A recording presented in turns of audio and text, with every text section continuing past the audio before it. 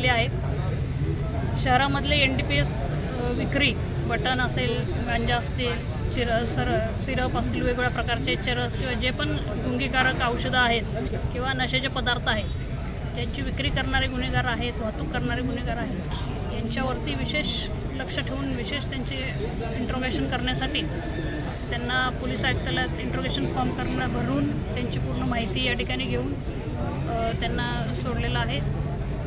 Anti narcotic सेलबाबत फक्त गुन्हेगारांवर कारवाई तर सातत्यानं केली जाईल, त्याच्यासाठी एक विशेष नंबर पोलीस आयुक्त साहेबांनी जारी केलेला आहे 95 290 190 61 95 290 19061। या नंबरवर कुठलाही नागरिक NDPS संदर्भातली जी काही माहिती असेल, कोणी अवैध विक्री करत असेल, कोणी सप्लाय करत असेल, कोणी लहान मुलांना त्याचं व्यसन लावत असेल, कोणी सार्वजनिक ठिकाणी त्याचं टोळीनं ते सेवन करत असेल, त्याचा नागरिकांना त्रास होत आहे, अशा प्रकारचे कुठलीही तक्रार असेल तर त्या नंबरवरती आपण व्हॉट्सअप करू शकता, कॉल करू शकता, टेक्स्ट मेसेज करू शकता।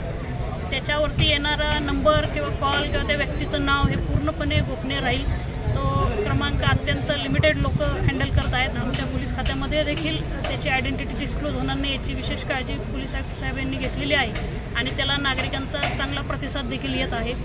आत्तापर्यंत NDPS पथकाकडून 3 वेगवेगळ्या कारवाया झालेल्या आहेत, यापुढेही कारवाई चालू राहणार आहे। याचबरोबर कारवाईसोबतच जे गुन्हेगार आहेत, ज्यांना काही कारणामुळं त्यांनी हे काम सुरू केलं होतं किंवा काही कारणामुळं असे गुन्हे केले होते, काही रोजगार नसल्यामुळं केलं होतं, तर अशा लोकांना देखील मदत करण्यासाठी वेगवेगळ्या NGOंनी पुढाकार घेतलेला आहे।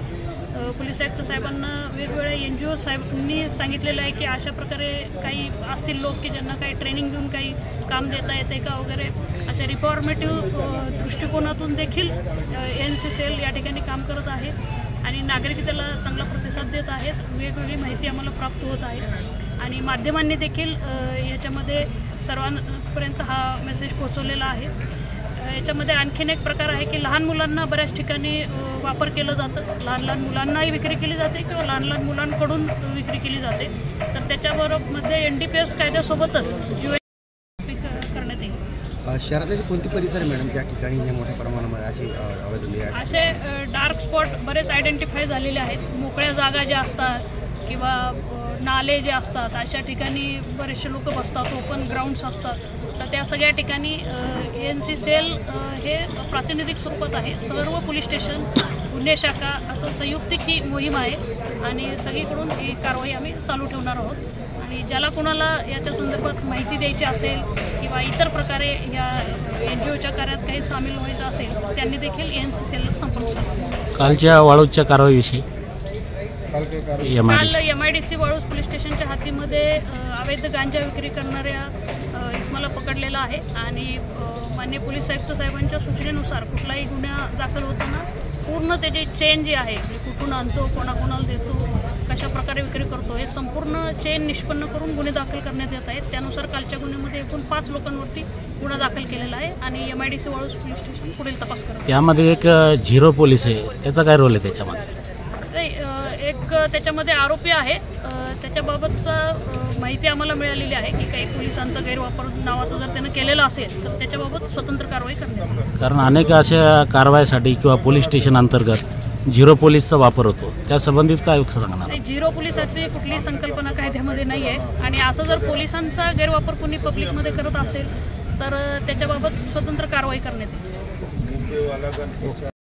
जेवढे आपले रेकॉर्डवरील NDPS त्याच्यामध्ये मग गांजा, चरस, बटन, सिरप असे विक्री करणारे रेकॉर्डवरील गुन्हेगार आहेत, या सर्वांना आम्ही इंट्रॉगेशनसाठी या ठिकाणी बोलवलं होतं। त्या सर्वांचे गुन्हेगारी पार्श्वभूमी आहे। आपल्या शहरातील गुन्हेगारी पाहता बरेचसे गुन्हेगार हे नशेच्या अंमलाखाली किंवा अंमली पदार्थाच्या सेवनाच्या नंतर गुन्हे करतात असं दिसून येतं। त्याचं प्रमाण कमी व्हावं यासाठी या सर्वांना समज देण्यात आलेली आहे। आपल्या शहराचे पोलीस आयुक्त आदरणीय श्री प्रवीण पवार सर यांच्या आदेशानुसार आपल्या शहरामध्ये अँटी नार्कोटिक सेलसुद्धा सुरुवात झालेला आहे। PI गीता बागोडिया मॅडम त्याच्या सेलच्या प्रमुख आहेत, त्यांच्याकडे स्टाफसुद्धा आहेत। या NDPSच्या अनुषंगाने विशेष कामगिरी करण्यासाठी हे पथक तयार झालेलं आहे आणि जे आरोपी आहेत NDPSचे जे रेकॉर्डवरचे त्यांच्यावरती विशेष लक्ष आम्ही ठेवून आहोत। इथून पुढं जर अशा लोकांनी विक्रीचे किंवा सेवनाचे किंवा NDPSच्या रिलेटेड कुठलेही गुन्हे केले तर त्याच्यामध्ये जे आम्ही विक्री करणारे आहेत फक्त तिथपर्यंतच थांबणार नाही, तर त्यांची विक्री करणारी जी मूळ पूर्ण चेन आहे, जे पूर्ण सप्लायर आहेत सुरुवातीचे, तिथपर्यंत आमचा तपास होईल आणि सर्वच्या सर्व याच्यामध्ये आरोपी होतील याची आम्ही निश्चितच खातरजमा करू आणि इथून पुढं शहर पोलीसच्या वतीनं त्याच्यामध्ये जास्तीत जास्त कडक कारवाई केली जाईल. अशाच पण नागपूरमध्ये ते अशाच पद्धतीनं हा फॉर्म्युला यूज केला होता, मात्र त्या ठिकाणी जी घटना कमी झालेल्या नाही या होईल नाही. आपल्या ठिकाणच्या घटना निश्चितच कमी होतील याचा आम्हाला विश्वास आहे. किती वर्षातल्या कारवाया किंवा हे जे गुन्हेगार आहेत किती वर्षातले? मागच्या 10 वर्षातील रेकॉर्ड आम्ही काढलेला आहे. त्याच्यावर जास्त गुन्हे आहेत असे आम्ही काही त्यांची टॉप लिस्टसुद्धा तयार केली आहे. त्याच्यावरती आम्ही विशेष लक्ष ठेवतो आहोत. हे जे गुन्हेगारी गंभीर गुन्हेगारीमधले का फक्त विक्रीमधल्या याच्यामध्ये स्पेशल NDPSचे आरोपी आहेत, त्याच्यावरती NDPSचे गुन्हे दाखल आहेत. ते आता मागील 10 वर्षापासून आहे, परंतु आता कारवाईवरती सातत्य राहणार आहे का सर याच्यात? निश्चितच आमचा अँटी नार्कोटिक सेलचा एक नंबर आहे, विशेष नंबर, तो सुद्धा आम्ही सर्वांना पब्लिश केलेला आहे. कुठल्याही नागरिकाला किंवा कोणालाही त्याच्याविषयी काही माहिती असेल, इन्फॉर्मेशन असेल तर त्या नंबरवरती मेसेज करू शकतात किंवा कॉल करून ते कळवू शकतात. त्याच्यावरती 100% कारवाई होईल. नाही, आता आपण नंबर दिला होता त्यानंतर आता प्रोत्साहन मिळालेलं आहे या कार्यक्रमाला तुमच्या, परंतु हे सातत्य आता यांना पण तुम्ही सूचना दिलेल्या आहे गुन्हेगारी सोडून व्यवस्थित धंदे पाणी चालू करा, परंतु यांनी पुन्हा जाऊन असे व्यवसाय करू नये. सगळीकडे नोंद असते, आपण कारवाई करणार का कडक? 100% त्यात कारवाई होणार आणि जास्तीत जास्त कडक कारवाई होणार. Okay thank you.